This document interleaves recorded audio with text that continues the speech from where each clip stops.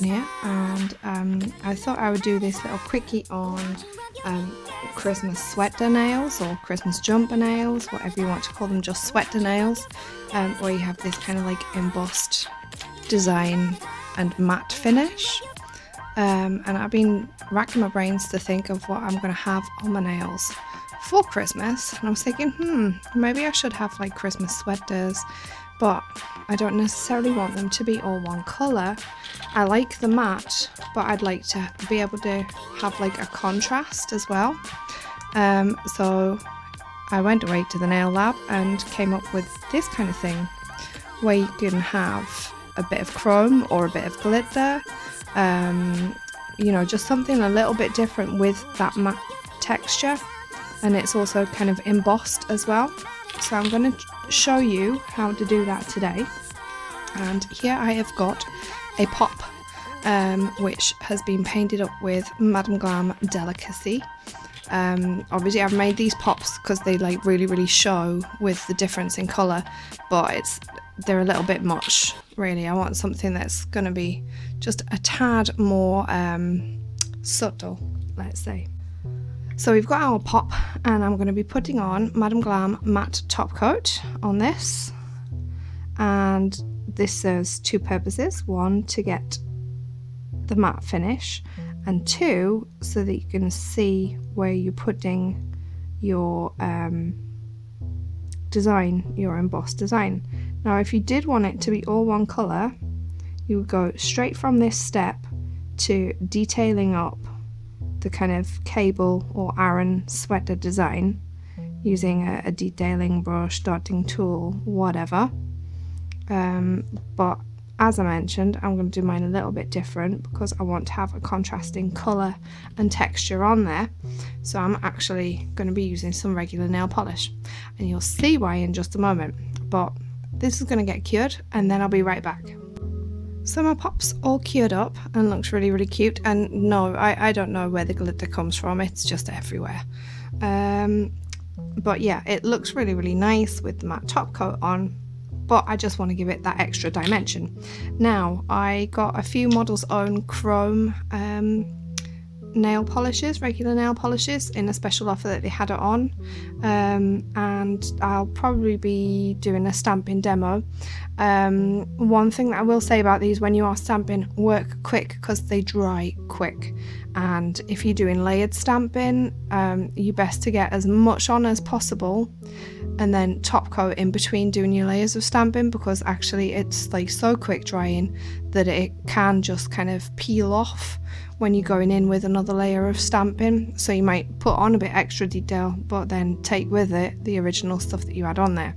Anyway, that's just like a side note. So I've got these two colours, which are chrome copper and chrome rose, and actually I think I'm going to be using chrome copper today.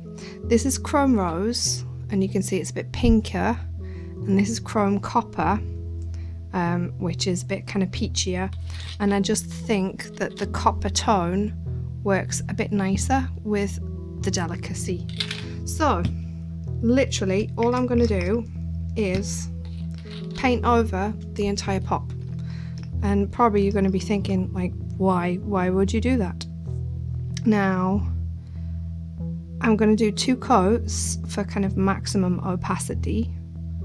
And the reason why I'm doing this is because on top of this I'm going to be putting some clear builder gel. I actually use the gel bottle ink, and yes, it's on its last legs. This I do actually have another bottle of this, but this has been used and abused. But yeah, I use the gel bottle ink rubber top coat. Just because the consistency is really nice, and it's a lot easier to get a raised design with than normal kind of gel polish, as you can see with these. And on these ones I actually had to build it up in a couple layers, because obviously your gel polish just isn't quite as thick as your builders. There, that's a bit better.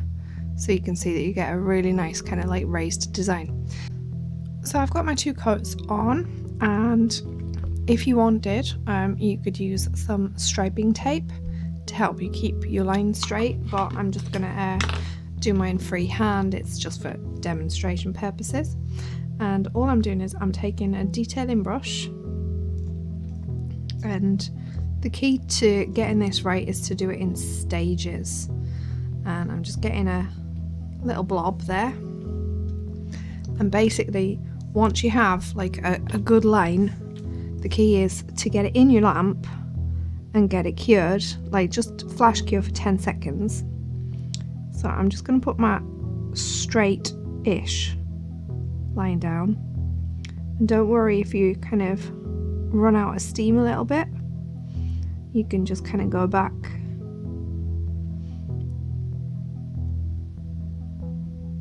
until you've got enough product on there. Now you can see there I've got my decent basic line on there, so now I can go in, get a little bit more product,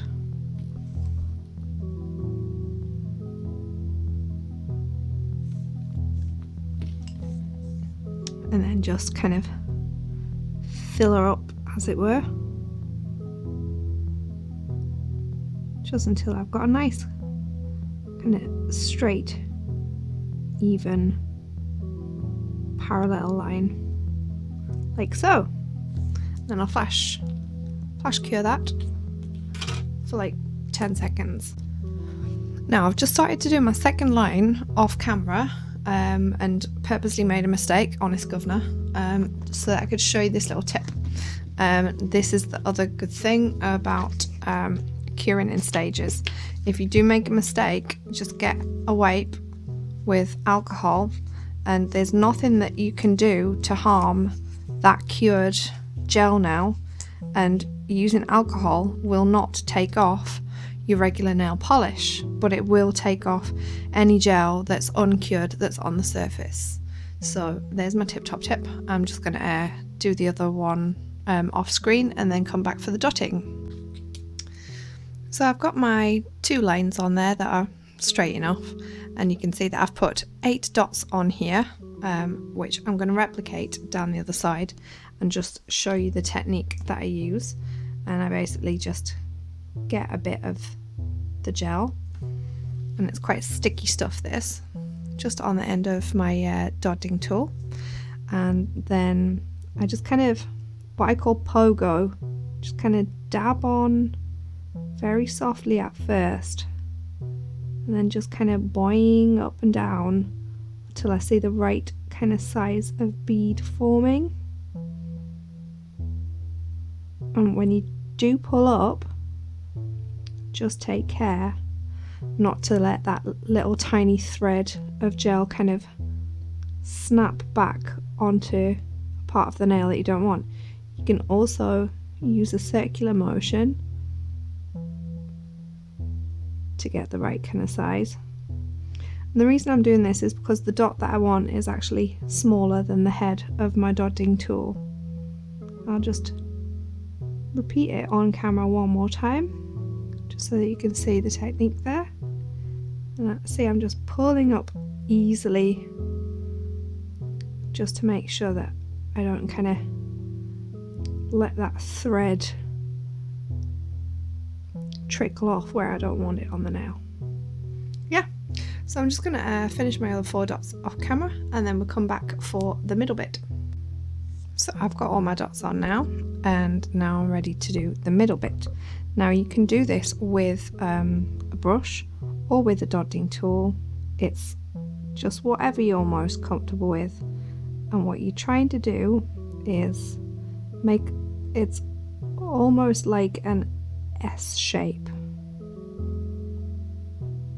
It's like that, yeah, and then you go underneath and basically do it again, and you can see that I'm just kind of like feathering this like so. And you might want to just cure them, flash cure them again, like in between. Don't give them too much time to kind of separate out, and you can add to them later. You're just wanting to get that kind of like basic shape in there.